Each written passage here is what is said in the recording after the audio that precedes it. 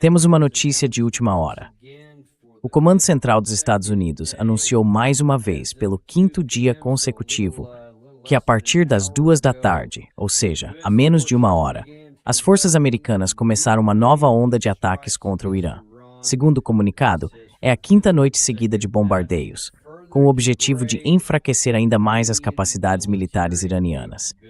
Até agora, não há informações sobre o que foi atingido, quantos ataques estão previstos ou quanto tempo essa operação deve durar.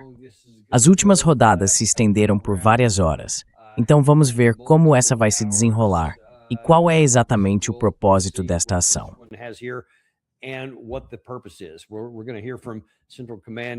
Daqui a pouco a gente vai ouvir o comandante do Comando Central, o Almirante Cooper. Não sei se isso vai ajudar muito, mas vamos ouvi-lo de qualquer forma. Então, estamos tentando entender o que está acontecendo. Mas isso, claro, leva à grande questão. Para onde essa guerra está indo? Esquece esse ataque específico. Para onde esse conflito está caminhando? E hoje está de volta com a gente o nosso grande amigo, Arta Moini, diretor executivo do Instituto para a Paz e a Diplomacia, aqui em Washington, D.C. Você pode ver a conta dele no X aí na tela. Fique à vontade para acompanhar. Arta, bem-vindo de volta ao programa. É um prazer ter você aqui, antes de mais nada. Obrigado. É um prazer estar aqui nessa semana tão caótica. É sim, e eu temo que o caos ainda esteja só começando a aumentar. Se for acompanhar o que está acontecendo em outras frentes, parece que estamos escalando em todos os lados. Não vejo por que essa situação seria diferente. Mas qual é o seu entendimento sobre o que esses mísseis e ataques atuais estão atingindo? Na verdade, se você puder descrever os primeiros 4 dias e as várias investidas que aconteceram nesse período, até onde você consegue identificar quais são os objetivos dos Estados Unidos com esses ataques?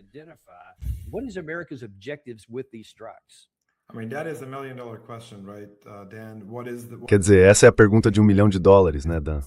Qual é o objetivo? Eu acho que dessa vez há um pouco mais de foco.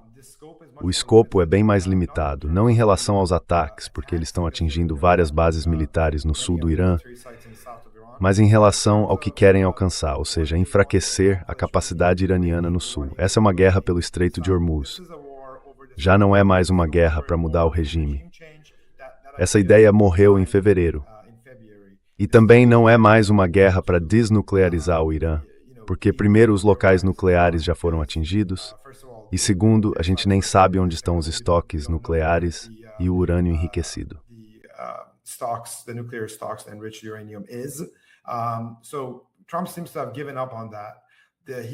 Então parece que o Trump desistiu disso. Ele quer ter uma vitória e acha que essa vitória deve acontecer no Estreito de Hormuz. Eu não sei se isso é realmente provável, mas eu esperaria algo como uma campanha de bombardeios prolongada no Sudeste, desde o porto de Chabahar, lá no Sudeste, até Khuzistão e Avaz, a cidade central no Sudoeste, onde fica a região do petróleo. E também Bandar Abbas, que basicamente é um centro de comando da Guarda Revolucionária e da Marinha iraniana. Mas muitos desses locais já foram atingidos de forma bem mais intensa no passado.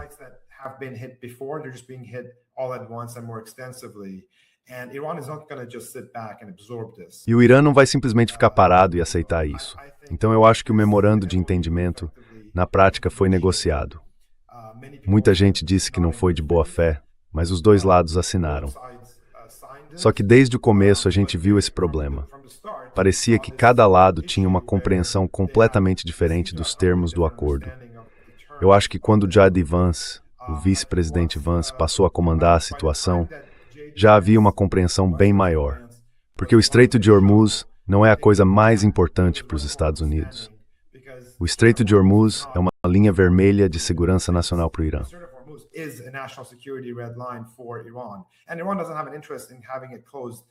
E o Irã não tem interesse em manter aquilo fechado para sempre.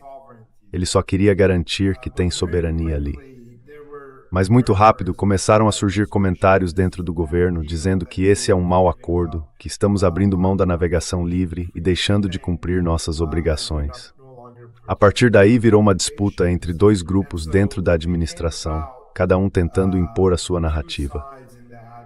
E eu acho que no fim das contas, pelo menos por enquanto, parece que está vencendo o grupo que acredita que os Estados Unidos deveriam entrar em guerra para reabrir um estreito que representa menos de 7% de qualquer relação com o país.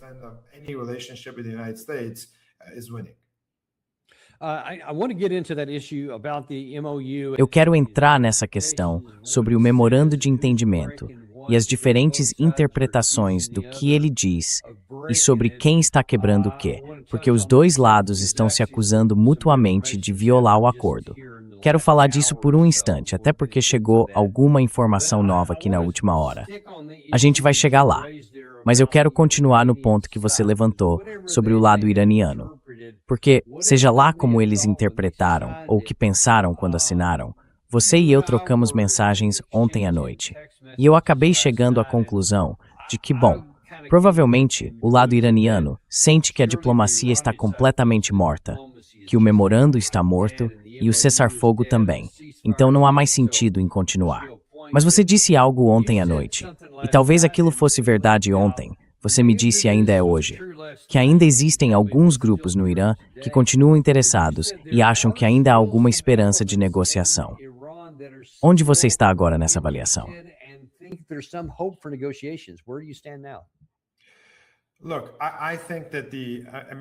Olha, eu acho que o lado americano tem sido muito... Quer dizer, a gente já falou sobre isso antes, até ao longo do último ano, né? Desde a guerra de 12 dias até agora, toda vez que houve uma negociação, logo depois veio uma facada nas costas. Isso colocou os negociadores iranianos numa posição muito difícil. Eles ficaram encurralados. E isso acabou transformando qualquer tipo de negociação ou acordo com os Estados Unidos numa espada de dois gumes. Porque você sabe que o outro lado da lâmina vai vir. E há muita gente dentro do país, inclusive dentro da rede de apoio ao Estado iraniano, à República Islâmica, que é contra esses acordos, porque também acha que eles estão cedendo demais para os Estados Unidos.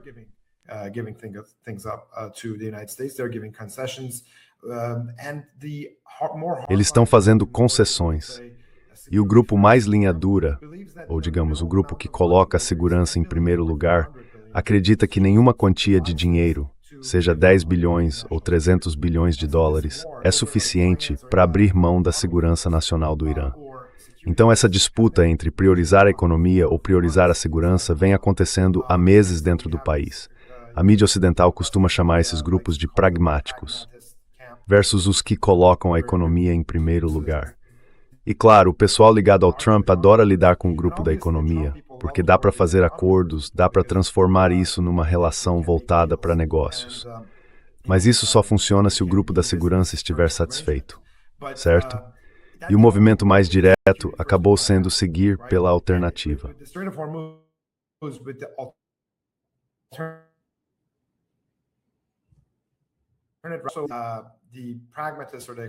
Então, os pragmáticos, ou as pessoas que colocam a economia em primeiro lugar, estão numa posição em que não conseguem defender isso. Eles também precisam ser contra rotas alternativas. Porque, no fim das contas, os dois lados, e isso é algo que eu acho a gente costuma esquecer em Washington, os dois lados são iranianos, os dois fazem parte da República Islâmica, e os dois trabalham em direção ao que acreditam ser a segurança nacional do Irã. Eles só têm metodologias diferentes para chegar lá. Mas o grande objetivo, sabe, a grande linha vermelha no Irã, é o controle do Estreito de Hormuz.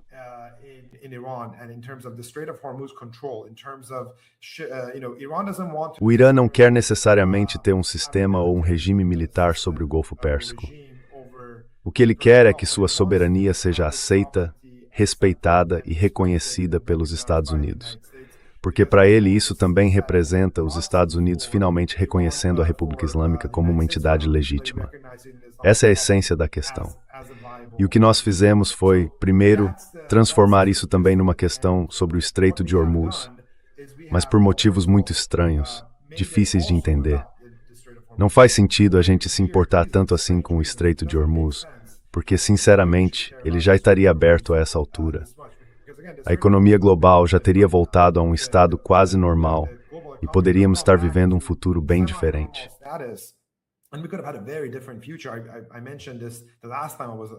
Eu mencionei isso da última vez que estive no seu programa, que eu ainda acredito que no papel, o memorando de entendimento é um bom acordo. Se ele realmente se concretizar, é um roteiro. Mas se virar um acordo de fato, precisa ser baseado na realidade do que está acontecendo no terreno. E isso é algo que eu achei importante destacar naquela época, e quero reforçar agora. Só que o memorando também tem muitos críticos, especialmente entre os mais ideológicos, dos dois lados, principalmente nos Estados Unidos, certo? O pessoal pró-Israel, o grupo ligado ao Lindsey Graham, dentro do Partido Republicano, se é que dá para chamar assim. Antes de ele falecer, ele dizia que ainda tinha assuntos pendentes com o Irã e queria que a guerra recomeçasse, basicamente. Então parece que a gente ainda vive com esse tipo de herança do Lindsey Graham, a sombra do Lindsey Graham, pairando sobre essa guerra.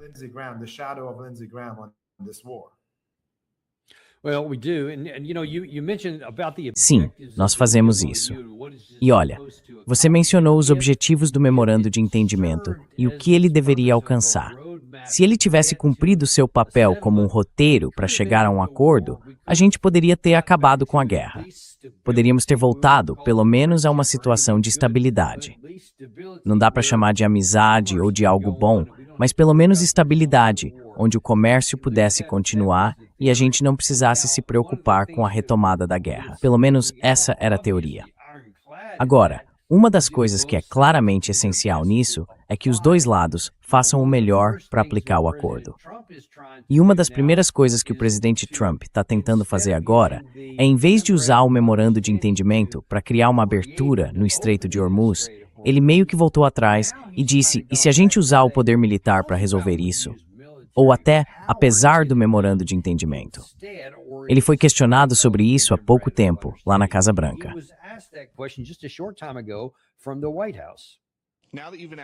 Agora que você anunciou que os Estados Unidos destruíram todos os navios iranianos de colocação de minas, por que o país não pode simplesmente reabrir imediatamente o Estreito de Hormuz?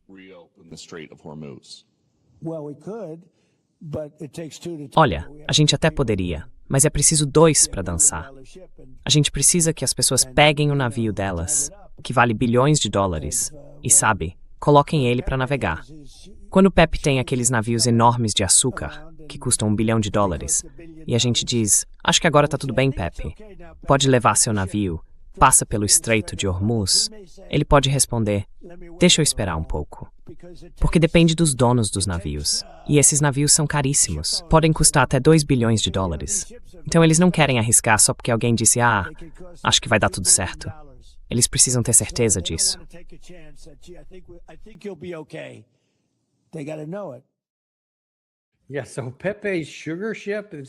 Então, o navio de açúcar do Pepe, esse navio de $2 bilhões, não sei.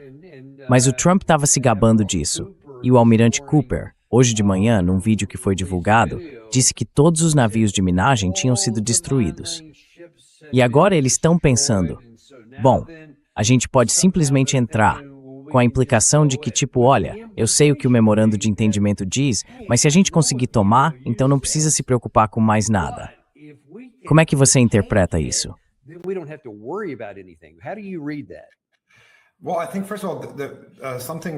Bom, eu acho que, antes de tudo, tem uma coisa que o presidente disse aqui que é bem importante. Os donos dos navios é que vão tomar a decisão final sobre a rota.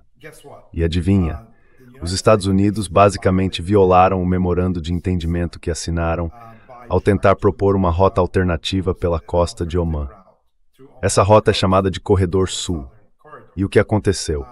O Corredor Sul foi imediatamente atacado pelas forças navais iranianas, porque o Irã não aceita nenhuma rota que não esteja sob o seu próprio controle. Isso ficou claro nos acordos iranianos, no parágrafo 5 do memorando. E tem um motivo pelo qual os Estados Unidos nem são mencionados nesse parágrafo 5.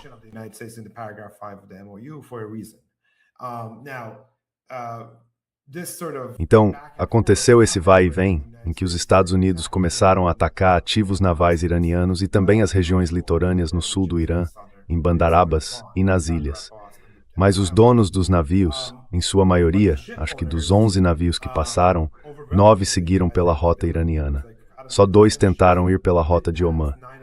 Então eu acho que isso é algo que nenhuma quantidade de poder militar consegue mudar. As pessoas estão percebendo que é muito mais barato e eficiente simplesmente seguir pela rota iraniana. E até a taxa original, ou a taxa de segurança que o Irã cobrava, era de 1 a 2 milhões de dólares por navio.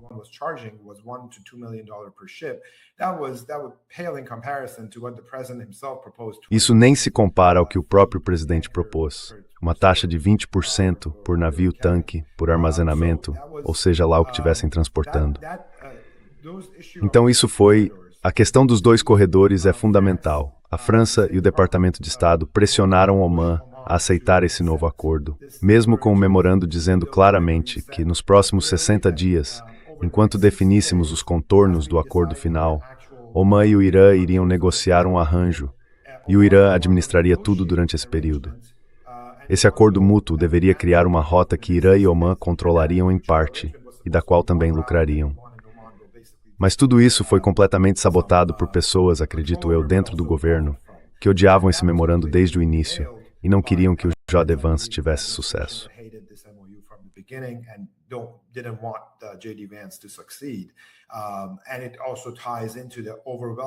E isso também está ligado àquela campanha de influência massiva que foi conduzida pelo Brad Parscale e outros, como a revista Time relatou, para basicamente associar o vice-presidente a acusações absurdas de que ele seria pró-Qatar, anti-Israel ou outras coisas completamente sem sentido.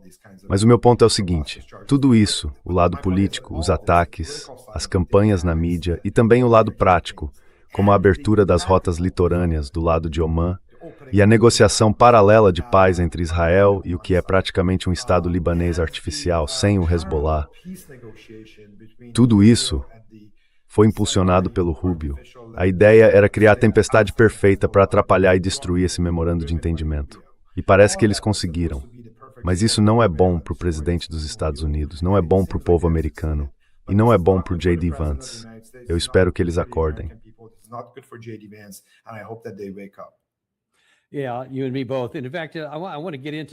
Eu também.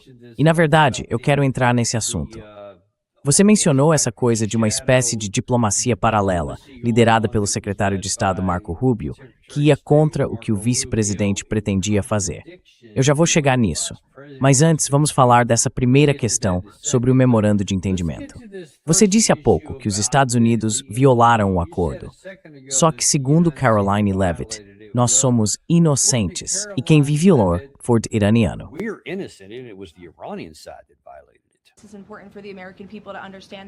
É importante que o povo americano entenda isso. O motivo dos ataques recentes nos últimos dias é que o Irã violou o memorando de entendimento que firmamos com eles. Especificamente, nesse memorando que eles assinaram, estava claro que não poderiam atirar em embarcações comerciais que passam pelo Estreito de Hormuz. Infelizmente, eles tomaram a trágica decisão de fazer isso, e o presidente Trump não vai simplesmente ficar parado e permitir que esses atos de terrorismo aconteçam no Estreito sem garantir que o Irã sofra as consequências por isso. E é exatamente isso que estamos vendo agora.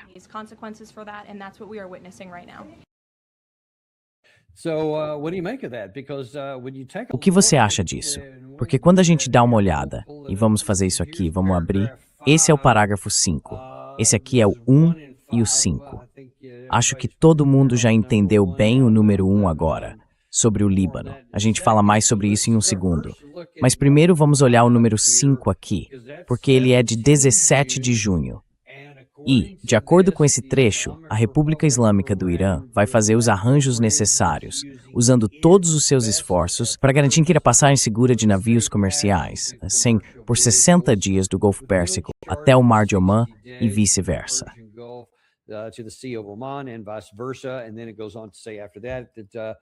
E depois o texto continua dizendo que só eles e Omã vão decidir o que acontece depois dos 60 dias.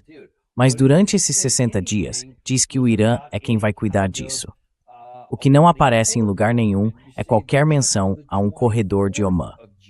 E aí veja só, no dia 24 de junho, mais ou menos uma semana depois, de repente os Estados Unidos começam a falar sobre a ONU estar presa no Estreito de Hormuz. O que você sabe sobre a origem disso? E como é que isso aconteceu tão rápido depois do que a gente assinou, se estava claro que seriam apenas os iranianos que administrariam essa parte durante os 60 dias?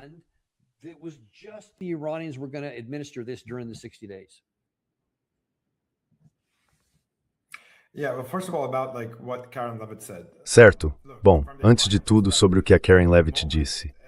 Olha, do ponto de vista iraniano, no momento em que rotas alternativas foram introduzidas, o memorando de entendimento foi violado. E por causa disso, tudo que tinha sido acordado em relação à passagem segura ou a não atirar em navios comerciais deixou de valer enquanto essa outra rota existisse. E isso foi um sinal dos iranianos de que não dá para fazer isso, entende? Agora, quem quer que o memorando funcione do nosso lado, como o vice-presidente Vance e outros, pode perguntar, mas por que eles não ligaram para a gente? Pois é preciso entender que as condições internas no Irã, o que está acontecendo lá, também envolvem uma disputa interna, justamente por causa do que você acabou de explicar.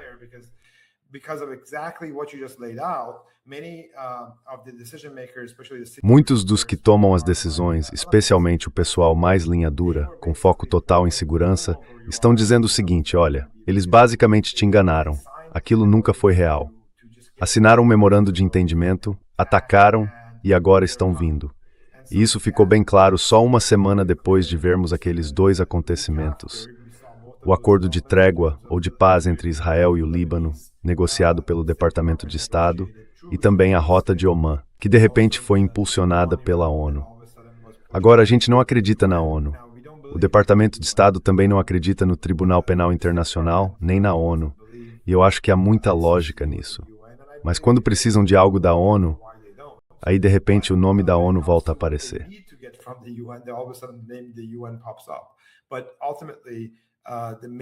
Mas no fim das contas, o principal ponto disso tudo é que eles queriam sabotar o memorando de entendimento, fazendo coisas que sabiam, e as pessoas que estavam por trás disso sabiam, que o Irã iria retaliar. A questão é porque, para muitos, o Irã não retaliou como se esperava. A resposta deles foi bem contida. Então seguiram ainda mais adiante nesse caminho, e todo o memorando acabou. Agora os dois lados concordam que acabou mesmo. Está encerrado. Mas eu acho que isso, se foi feito de forma coordenada ou não, eu não sei. Eu não acredito que os Estados Unidos, que o vice-presidente Vance e aqueles que negociaram com os iranianos, que fizeram o memorando de Islamabad e outros e que negociaram em Lucerna, na Suíça, eu não acredito que eles tenham agido de má fé. Acho que os negociadores agiram de boa fé, mas acredito que o governo simplesmente não tem sido coerente.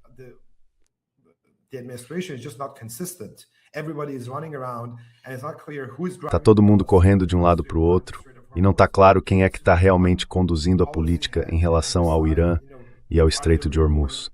Precisa ter uma liderança clara para decidir, sabe?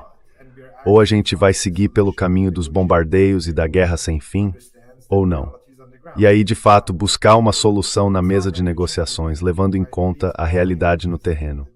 Agora, isso não vai mudar nada, certo? Uma campanha de bombardeios vai desestabilizar ainda mais a economia mundial. Vai ser muito ruim para os Estados Unidos. E o Trump vai pagar um preço político ainda maior à medida que a gente se aproxima das eleições de meio de mandato.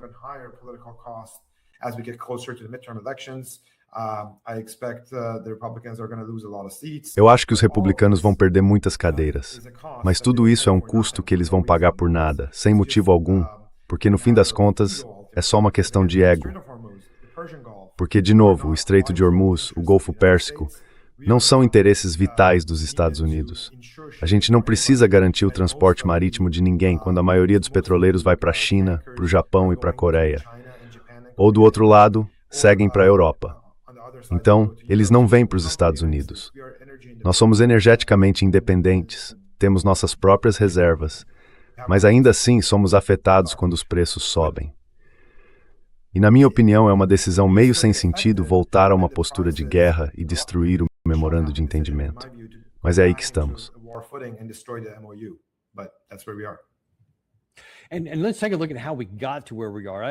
Vamos dar uma olhada em como chegamos até aqui.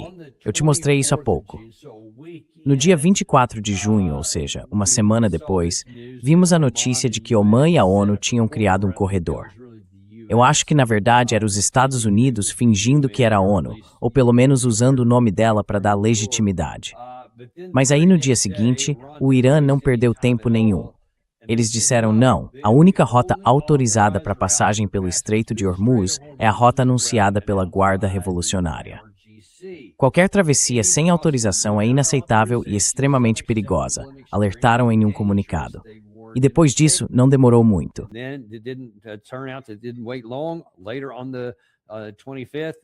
Mais tarde, no dia 25, a agência da ONU suspendeu o plano de evacuação por navio depois do primeiro ataque a uma embarcação, porque o lado iraniano disse algo como: "Tudo bem, então é isso, nós vamos atacar." E não demorou muito para ter resultado. No dia seguinte, os Estados Unidos, por meio do Comando Central, anunciaram o primeiro ataque contra o Irã em resposta. E claro, a alegação é que, acho que foi a Caroline Leavitt que disse isso, o memorando de entendimento não dava autorização para o Irã atacar um navio, caso as regras não fossem seguidas, mas também não dava autorização para a gente criar um corredor ao sul. Ponto final.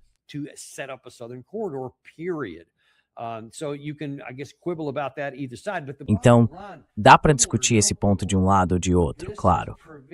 Mas, no fim das contas, com ou sem discussão, isso está impedindo qualquer outra coisa de avançar.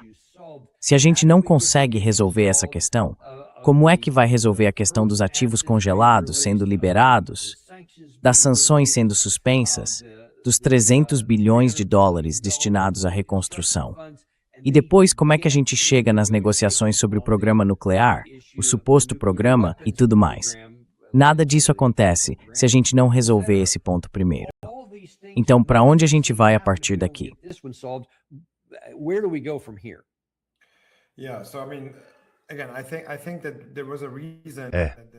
Então, quer dizer, eu acho que havia um motivo para os termos do acordo serem tão claros, e eles estavam ali por uma razão. Quando você lê o parágrafo 5, por exemplo, do memorando de entendimento, ele dizia que o Irã não cobraria nenhuma taxa por 60 dias apenas. Porque o próximo arranjo já previa talvez cobrar um certo valor pela passagem, como uma taxa de segurança ou uma taxa ambiental, bem parecido com o modelo do Bósforo que acontece com a Turquia. Então, de novo, essa guerra agora é sobre o Estreito de Hormuz. O Irã não vai recuar em relação à sua soberania sobre o Estreito e ao seu papel, digamos, de potência regional no Golfo Pérsico.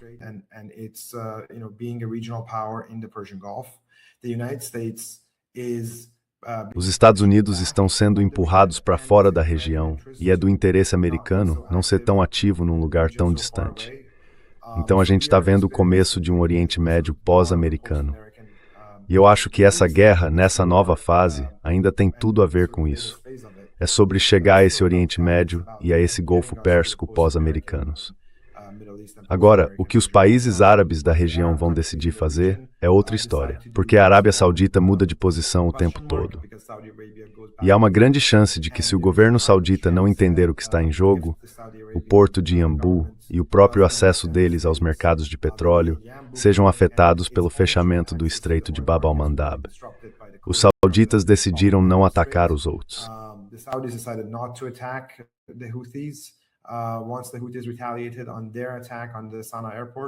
Depois que os Houthis reagiram ao ataque ao aeroporto de Sanaa, eu acho que no fim das contas, talvez eles tenham entendido o recado, pelo menos por agora. Talvez algumas cabeças mais sensatas tenham prevalecido por enquanto.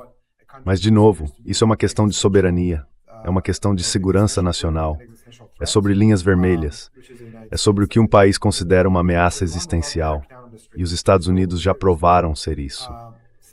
Então o Irã não vai recuar no Estreito.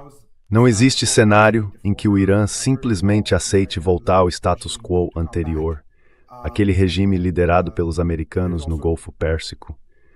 E também não existe cenário, por exemplo, em que o Irã vá abandonar ou abrir mão do seu enriquecimento nuclear, reduzir o nível para algo como 5%, 1% ou o que for. Então, sobre a questão do enriquecimento e sobre o Estreito de Hormuz, o Irã não vai ceder.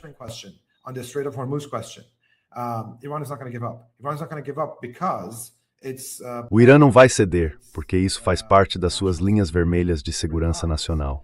Abrir mão disso seria como abrir mão da soberania. Então eles não podem ceder soberania nessas questões. E isso significa que os americanos, na prática, estão colocando as pessoas com quem estão negociando, os seus interlocutores no Irã, sob uma pressão cada vez maior, porque eles passam a ser vistos como fracos, como gente que está colaborando com o inimigo, como traidores que estariam vendendo a segurança nacional iraniana por, sei lá, uns 10 bilhões de dólares aqui e ali.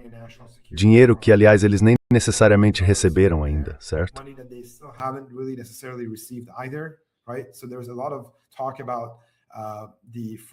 Tem se falado muito sobre os ativos congelados do Irã, o dinheiro que precisava ser devolvido e desbloqueado, e ainda há uma parte grande que continua pendente. Sem falar dos 300 bilhões do fundo de reconstrução que deveriam ter sido pagos pelos cataris, pelos sauditas e até pelos emiradenses.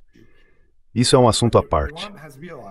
Mas o Irã percebeu que está profundamente sozinho quando se trata de manobras estratégicas. Essa solidão estratégica é evidente e significa que o país precisa ser totalmente autossuficiente, tem que se sustentar com as próprias pernas. Não pode contar com nenhuma garantia de proteção de país algum, seja da China, da Rússia ou dos Estados Unidos, certo?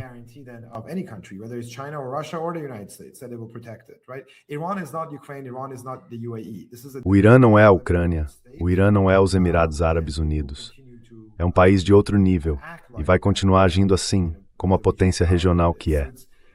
Do lado americano, a gente precisa entender o que o Irã quer. Antes de tudo, quais são as linhas vermelhas e se isso é aceitável para nós, certo? E eu acho que de uma perspectiva realista é sim. A gente não tem por que atirar, provocar rotas ou fazer manobras no Golfo Pérsico. Assim que a gente entender isso, dá para estabilizar a situação.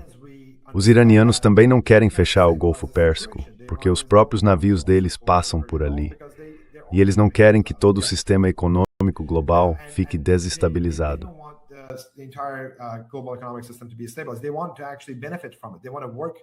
Eles querem de fato se beneficiar disso. Os pragmáticos no Irã queriam trabalhar com os Estados Unidos. Eles perceberam que essa é uma oportunidade histórica no momento em que Trump está mais enfraquecido, mas também é um negociador. Então ele poderia sentar à mesa e fazer um acordo fundamentalmente diferente nas relações entre os Estados Unidos e o Irã. Isso poderia ter sido um recomeço.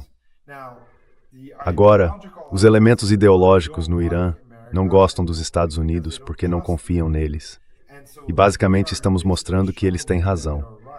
E do outro lado, como você sabe, há muitos setores do nosso lado que só querem manter o Irã como um pária e continuar a guerra em nome de Israel.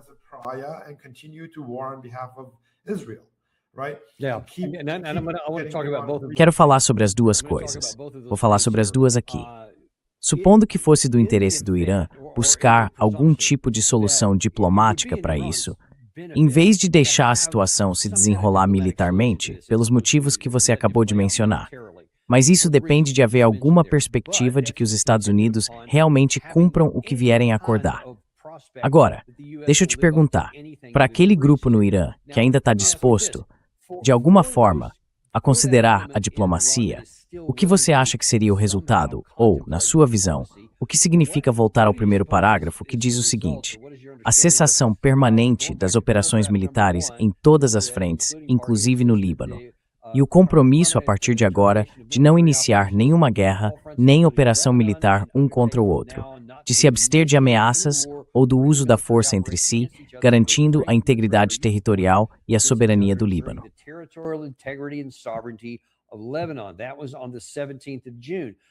Isso foi no dia 17 de junho. Mas depois, no dia 20, não lembro bem qual dia, talvez 24, 25 de junho, de repente, aparece o secretário de Estado Marco Rubio, vai para Washington, D.C., e assina esse documento, junto com o embaixador no Líbano, não o Hezbollah, e em Israel, não o Irã. E aí, de alguma forma, dizem que isso vai apoiar o memorando de entendimento, quando na verdade era totalmente contraditório, porque esse documento dizia que Israel nunca sairia de lá até o Hezbollah se desarmar, o que, claro, não estava mencionado naquele parágrafo 1 que eu acabei de mostrar. Então são coisas contraditórias, mutuamente excludentes. Como é que o Irã lida com isso? Se o nosso vice-presidente e o secretário de Estado criaram regras diferentes e nenhum dos dois pretende seguir nenhuma delas?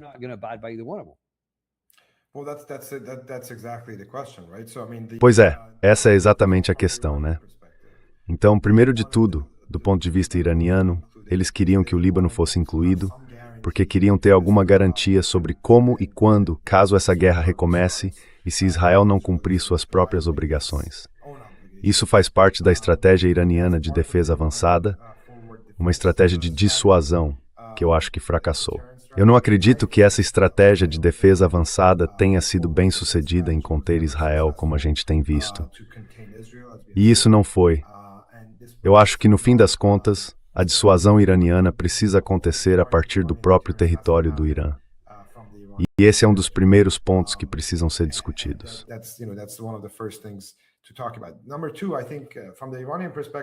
Em segundo lugar, eu acho que do ponto de vista iraniano a questão é: onde está essa administração? Bem, a verdade é que a gente não sabe onde ela está. Todo dia aparece uma coisa nova, certo? Então há um memorando de entendimento, fazem todo um alarde, o Trump assina, e logo depois surgem todos os sinais de que estamos violando os termos desse acordo. A gente não está cumprindo o que acabou de prometer. Isso passa o sinal errado para os iranianos. Mostra que não dá para confiar na gente e fortalece quem defende que é preciso continuar essa guerra até os Estados Unidos simplesmente irem embora. Eles não precisam de um acordo para que a América vá embora.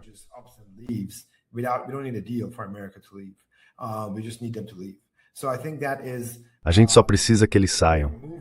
Então eu acho que é isso, estamos caminhando nessa direção. Do nosso lado, do lado americano, eu acho que o resultado de violar o memorando de entendimento e voltar às campanhas de bombardeio é uma guerra sem fim no Oriente Médio. Uma guerra constante que vai atingir várias regiões do Irã e enfraquecê-lo em benefício de Israel. Agora, de novo, quero reforçar, eu ainda acredito que isso não é porque, quer dizer, no fundo, o Estreito de Hormuz não é um dos nossos interesses. O programa nuclear iraniano não é um dos nossos interesses. Quero dizer, essas coisas não são do nosso interesse, não são do interesse dos Estados Unidos.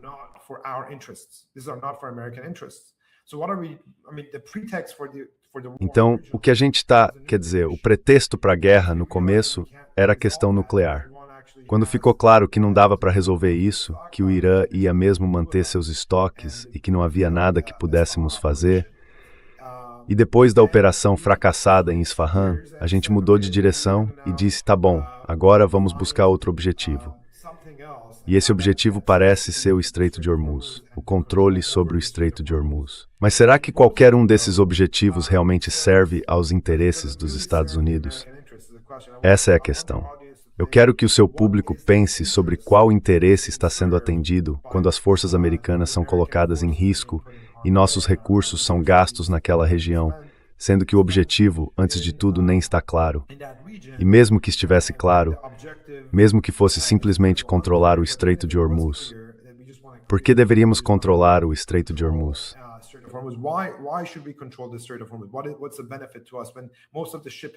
Qual é o benefício para a gente, se a maior parte do transporte marítimo lá não tem nada a ver com os Estados Unidos, nem vem para cá, certo? É como voltar aos ataques no Iêmen.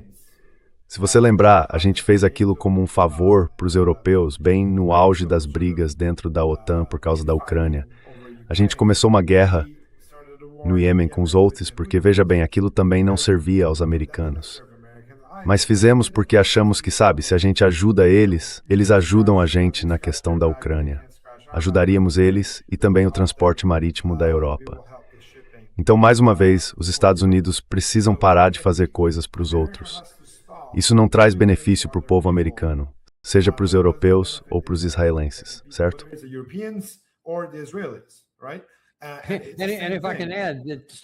E se eu puder acrescentar, isso é algo que a gente não pode fazer de jeito nenhum. E vamos manter o foco aqui. Estamos falando de toda essa questão militar. Aqui está o general Keith Kellogg, que há alguns dias defendeu claramente um retorno a uma solução militar que não vai funcionar.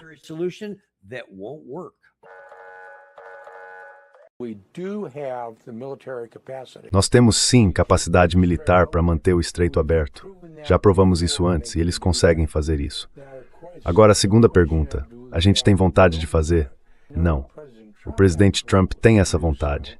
Essa é a questão que colocamos para o povo americano. É preciso apoiar o presidente. Esse é um momento decisivo. Tem muita gente por aí dizendo, é uma guerra de escolha, não deveríamos estar fazendo isso. Bobagem. É uma guerra pelo futuro dos filhos e netos dos americanos também. Eu não tenho problema nenhum com isso. E eles também não deveriam ter. E se tiverem que pagar um preço por isso, que seja.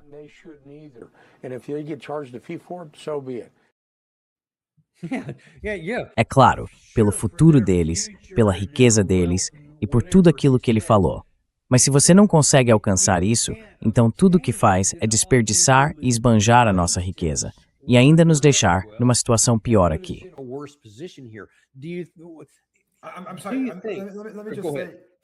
Desculpe, deixa eu só dizer uma coisa.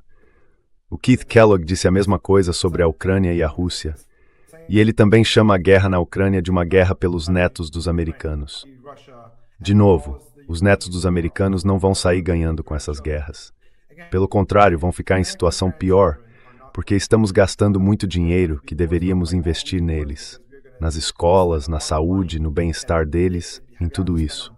Estamos gastando tudo isso para atender aos interesses de certos grupos de lobby e de alguns países. E nem estamos fazendo nenhum favor a esses países. A Ucrânia já perdeu de 25% a 30% do seu território. E Israel virou um pária porque nós deixamos que isso acontecesse. A gente não controlou a situação. Quer dizer, boa parte disso é culpa nossa, mas é uma sequência de más decisões, uma atrás da outra.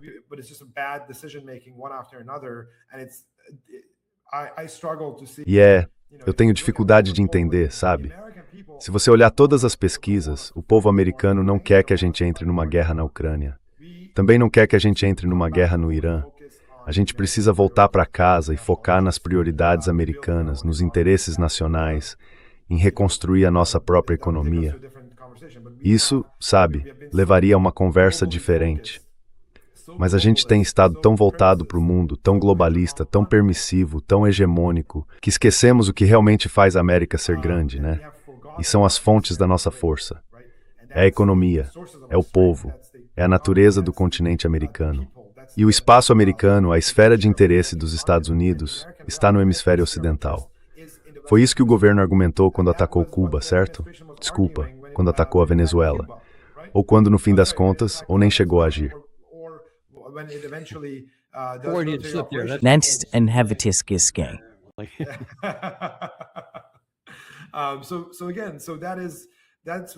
Então é aí que a gente está.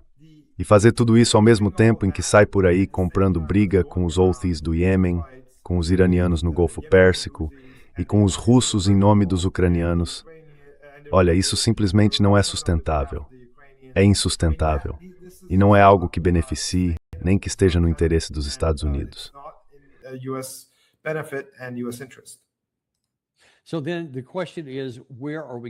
Então a pergunta é, para onde a gente está indo? Tem algumas coisas que eu quero te mostrar antes de fazer a pergunta final. Uma delas é que existem novas ameaças em potencial nas áreas controladas pelos Houthis lá embaixo. O Bab al-Mandab pode acabar envolvendo até o norte do Mar Vermelho. Isso também pode entrar em jogo. Obviamente, o Estreito de Hormuz ainda é um ponto importante. Mas talvez isso nem seja o pior, porque se o Bab al-Mandab for bloqueado, você pode cortar o acesso ao porto de Yanbu, na Arábia Saudita. Isso pode limitar a saída de petróleo ou até impedir completamente.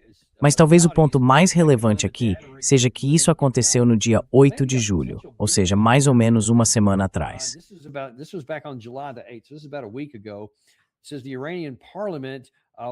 Diz que o parlamento iraniano estava considerando se retirar do TNP, mudar a doutrina nuclear e, junto com Ansarallah, fechar o Estreito de Bab al-Mandab. O que você sabe poderia simplesmente causar um caos total em toda aquela região. Então, se as coisas continuarem como estão, se o status quo permanecer, com os Estados Unidos continuando a culpar o Irã por tudo, lançando mísseis até que eles façam o que queremos, sem liberar fundos, sem suspender as sanções, sem pagar nada do que está pendente e nem sequer falando sobre as armas nucleares, enquanto seguimos tentando controlar o Estreito de Hormuz. É uma lista longa de ações. Se tudo isso continuar igual, o que sobra para o Irã fazer? Além do que você acabou de dizer agora há pouco, simplesmente resistir até que os Estados Unidos saiam sem acordo nenhum?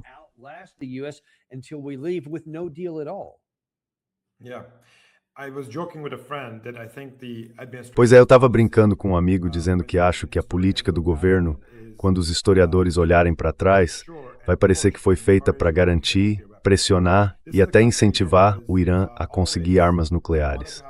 Esse é um país que sempre quis ter capacidade e tecnologia nuclear, mas tinha fátuas contra armas nucleares. Então, na prática, nunca teve dissuasão nuclear. Por causa disso, acabou atraindo uma guerra contra si mesmo. Mas mesmo assim, não conseguiu dissuasão nuclear. E parece que essa é a única, eu diria, a última chance que a gente tem de convencê-los de que podemos lidar com eles como um país normal.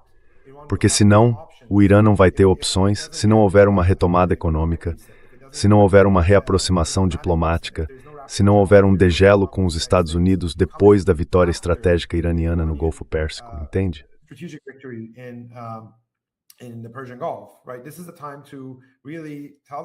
Agora é o momento de realmente dizer aos iranianos: tudo bem, fiquem com isso, nós vamos lidar com vocês. E olha, o que for do interesse dos Estados Unidos, nós vamos perseguir, certo? Então pode ser um momento nixoniano na política externa americana em relação ao Irã. Eu já falei sobre isso antes. Mas se isso não acontecer, o que vai surgir é um Irã nuclear em 18 a 24 meses. Porque o Irã sabe muito bem o quão isolado ele está, que nenhum país vai sair em sua defesa e que essa paciência estratégica ou essas negociações de boa-fé sempre o enfraqueceram, nunca o fortaleceram. Então a arte do acordo seria justamente conseguir agora, quando os dois lados querem chegar a um entendimento, mas ambos precisam ceder, certo? O Irã também está sob uma forte pressão econômica.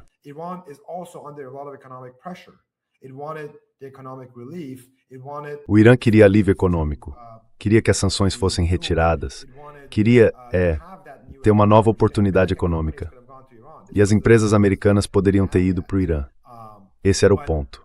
Mas se isso não acontecer, se os falcões conseguirem o que querem, eles vão transformar o Irã no monstro que sempre disseram que ele era. Vão transformar o Irã em um Irã nuclear. E isso vai acabar com o monopólio nuclear de Israel na região, porque o Irã não vai ter outra opção. Porque mesmo resistindo, mesmo mostrando para os Estados Unidos que não existe solução militar, que não há saída militar para o caso iraniano, mesmo fazendo tudo isso, ainda assim não conseguiu que os Estados Unidos fizessem um novo acordo com ele, que renovassem os termos.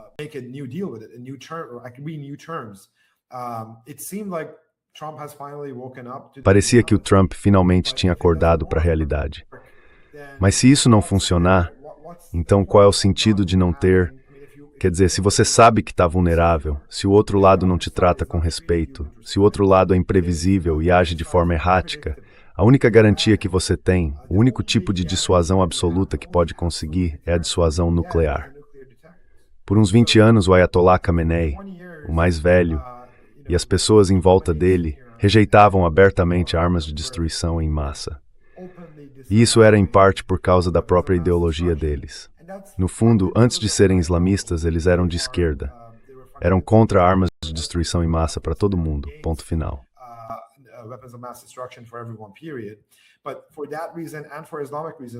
Mas por esse motivo, e também por razões islâmicas, eles não estavam buscando uma opção nuclear de verdade. Mas existe, quer dizer, o outro lado do pragmatismo, certo? Não se trata só de negociações. O outro lado do pragmatismo é o seguinte: se algo não funciona, você precisa mudar de estratégia.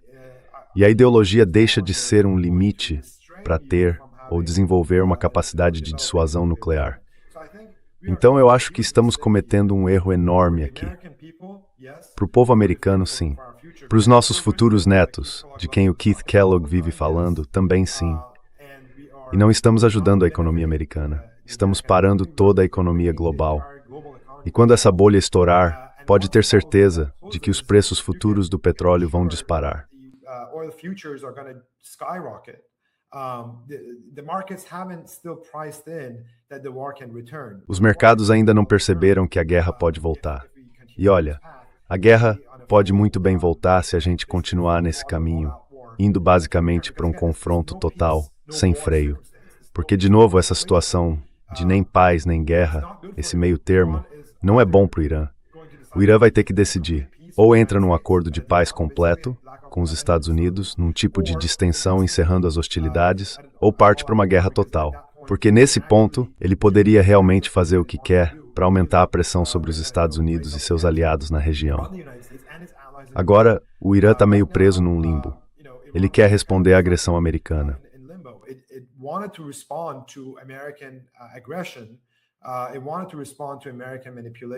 O objetivo era responder à manipulação americana dos termos do memorando de entendimento, mas não dava para fazer isso sem correr o risco de provocar uma guerra total.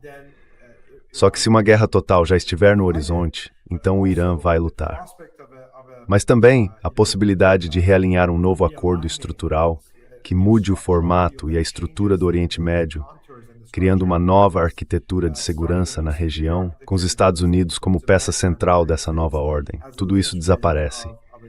E aí o Irã vai ter que priorizar a própria segurança nacional, buscando uma dissuasão absoluta. Não aquelas dissuasões táticas, como a dissuasão por punição que o Irã vinha usando, ou mesmo a dissuasão por negação, baseada em defesa em mosaico e redes de defesa descentralizadas.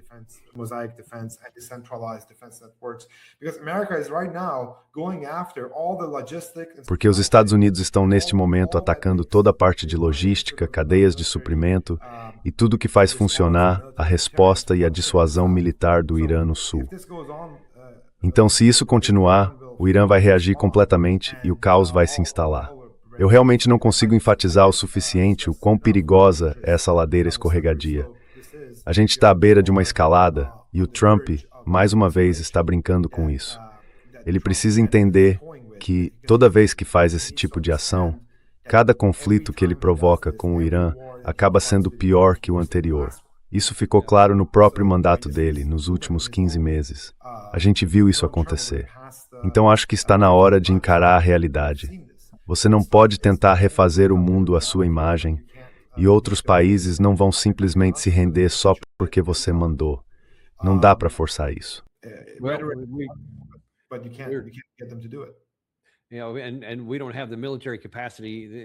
E a gente não tem capacidade militar para isso. Não estamos mais em 1990 e não dá para impor nada só pela força das armas, porque o Irã, com toda a capacidade defensiva que tem, as montanhas, a geografia, a história, a cultura, tudo, não é algo que a gente consiga destruir só com poder aéreo. Simplesmente não dá. Então, se a gente não acordar, vai acabar caindo num pesadelo, e isso não vai ser bom para nós. E eu nem sei como sairíamos dessa. Mas a gente agradece por você trazer esses detalhes à tona aqui, para que a gente entenda exatamente o que está enfrentando. E tomara que alguém do governo esteja assistindo. Eu sei que, em algumas ocasiões, já assistiram. E seria ótimo se o presidente Trump fosse um deles, para ouvir esse bom conselho e tirar a gente dessa antes que a situação lá piore de vez.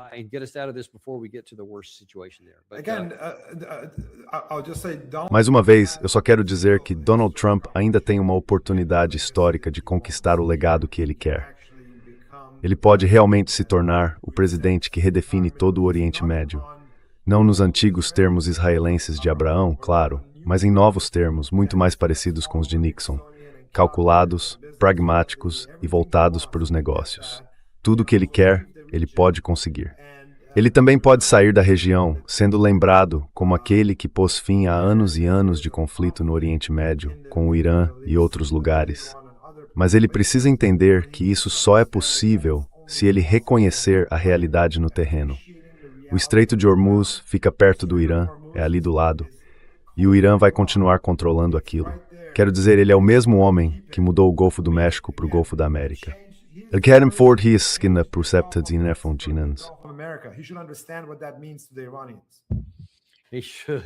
Ele deveria, e tomara que faça isso. Mas vamos ter que esperar para ver. E por enquanto, vamos encerrar por aqui. Muito obrigado por ter vindo hoje. A gente agradece de verdade e espera te receber de novo em breve. Obrigado, Daniel. Muito obrigado. A gente agradece muito a vocês. Se acontecer qualquer coisa ao longo do dia, pelo visto, acabou de começar mais uma rodada de confrontos por aqui. Isso começou pouco antes de entrarmos no ar, e ainda não sabemos o que o Irã vai fazer. Só sabemos que alguma coisa eles vão fazer. Então, se surgir alguma novidade durante a noite, a gente volta para atualizar vocês. Caso contrário, a gente se vê amanhã no Daniel Davis Deep Dive. Vocês sabem que a gente não tem patrocinadores, porque a gente odeia encher vocês de propaganda. Eu, pessoalmente, não gosto disso. Então, mostre um pouco de apoio. Se inscreve, curte e manda esse vídeo para alguém de quem você gosta. Like, and send this to somebody you care about.